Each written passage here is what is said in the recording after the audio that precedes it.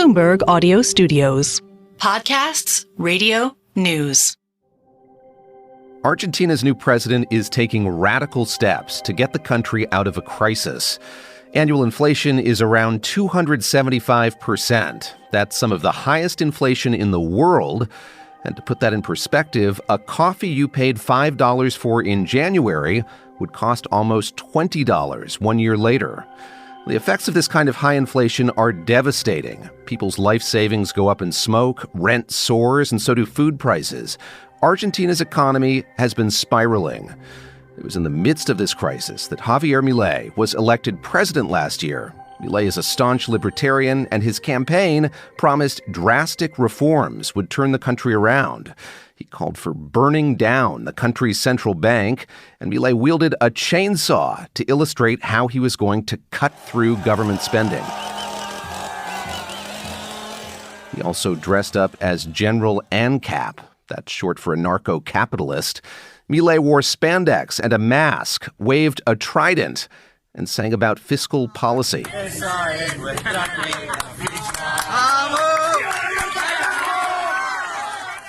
But there's another side to Milei. He was an economist by profession, widely published.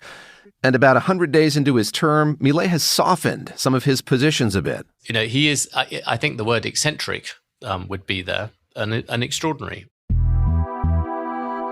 This week, John Micklethwait, Bloomberg's editor-in-chief, sat down with Argentina's president to talk about the radical reforms he's made so far. Today on the show, Argentina and Javier Milei's plans to shock that country's economy. I'm David Gura, and this is The Big Take from Bloomberg News.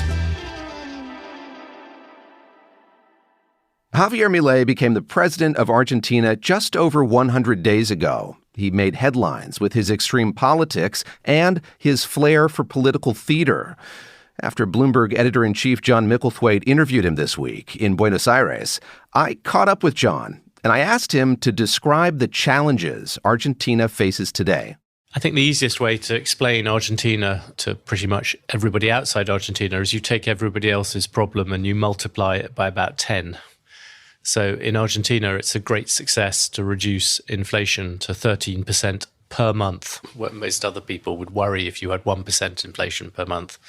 You look at the numbers in terms of what is happening as this rather amazing figure begins to enact his reforms. You see consumer spending diving by 25% in a month, pensions 30% below what they were last year, 57% of people living in poverty, salaries down 50% over X amount of years. You could go on, and you look at the amount of fuss that happens in other countries when things change by 2 or 3%, and the way we write about those. And then you come to Argentina.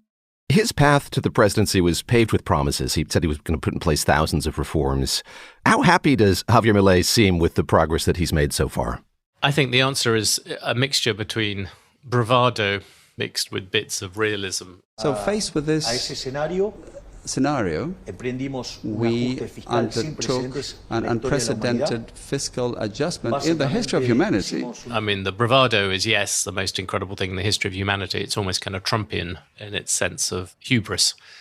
But it is, as I pointed out, by most people's standards, it is a fairly extraordinary, certainly the most extraordinary economic experiment going on in the world at the moment. What's happened to him is that he's come in with all these ideas inspired by Milton Friedman and people like that. He is furious with the central bank for printing money. And so he came in saying that he wanted to get rid of the central bank and he wanted to get rid of the peso and replace it with the dollar, so that, in other words, the currency would be taken out of the hands of the criminals as he sees it and given to somebody he trusts slightly more.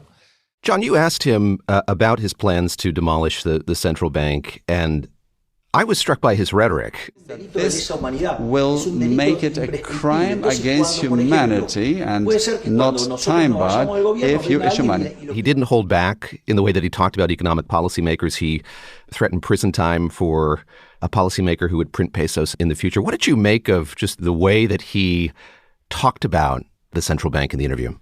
Firstly, it's extraordinary. But that thing about inflation is really important. If you talk to people in the street in Argentina, some of them adore Milei. A lot of other ones just say, look, I voted for him because I know the other lot are useless. But the one number that they really all look at is inflation, because that has been ruining their lives for years. So if he can begin to bring that down, then that gives him a bit of credibility with them. The inflation situation in Argentina is so dire and money loses its value so fast that the moment people get paid, they race to black market money changers to convert their Argentine pesos to U.S. dollars. Kevin Simauchi is a reporter in our Buenos Aires bureau. So we're here in the streets of Buenos Aires. It's a normal Thursday afternoon during lunch hour. Interspersed throughout the streets, throughout the small side streets, there are several individual money exchange yelling "Cambio, cambio" here on Calle Florida. Cambio, cambio. And this is basically a way for everyday Argentines to have access to the dollar. After the break, we'll hear from someone who voted for Javier Milei, hoping the radical reformist would make life better for him and his young family. And we'll hear from Milei on his timetable for change.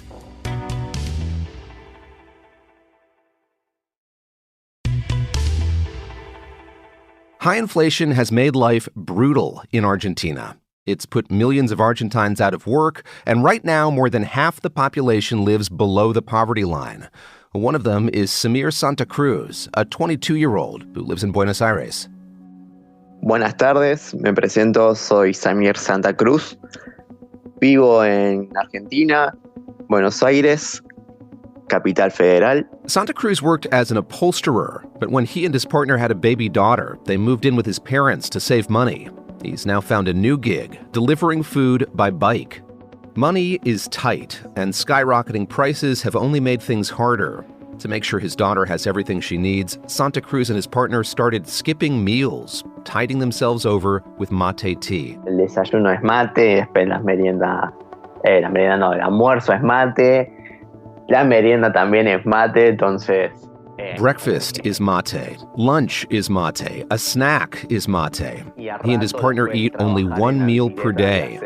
Santa Cruz says it's hard to eat so little, especially when he's riding his bike for hours every day. It's heavy, he says, but the sacrifice is worth it because it gives his daughter 3 meals a day, and she is the most important. Santa Cruz and his partner want a better life for their daughter. They don't want her to go through the same hardships and insecurity. La chiquita, la nena, tiene sus 3 comidas diarias, o sea que no... That's why they both voted for Milei. Santa Cruz hopes the future will unfold like Milei says it will, and that Argentina will be a great country again, one of the best. Va a ser uno de los grandes países, Argentina.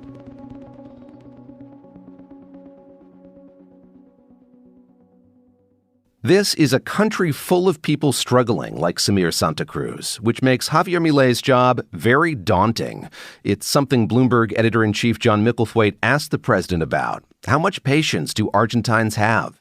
I just looked at the statistics. They're quite frightening. The average salary in Argentina is at its lowest level since 2003. 57% of Argentines live in poverty. Consumer spending dropped 23% in February. So far, the interesting thing is your support has stayed high at 50%. But do you accept that there is a time limit on how much pain Argentines can take to take these reforms? The first thing is, the way we see it, there has been a cultural change in Argentina.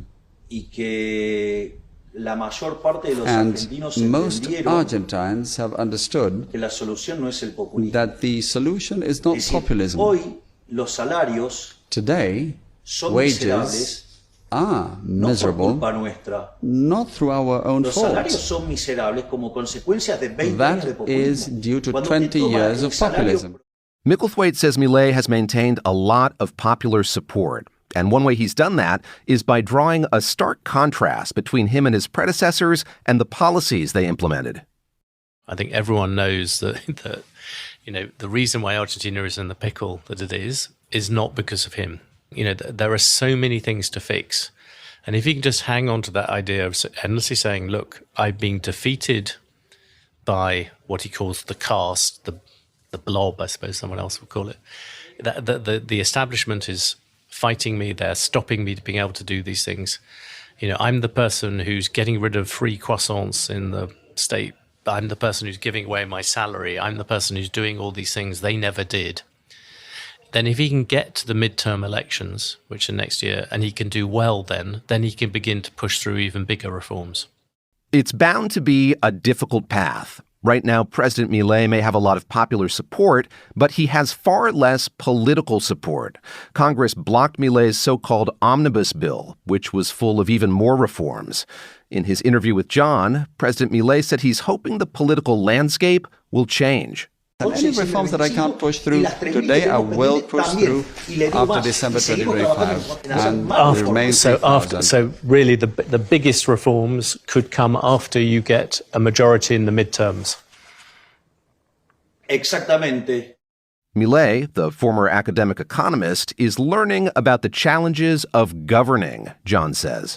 So it's a mixture between talking very tough and actually being pragmatic. And if you want a very sort of easy example of that, it would be China. On the campaign trail, Milei took a hard line against communist countries.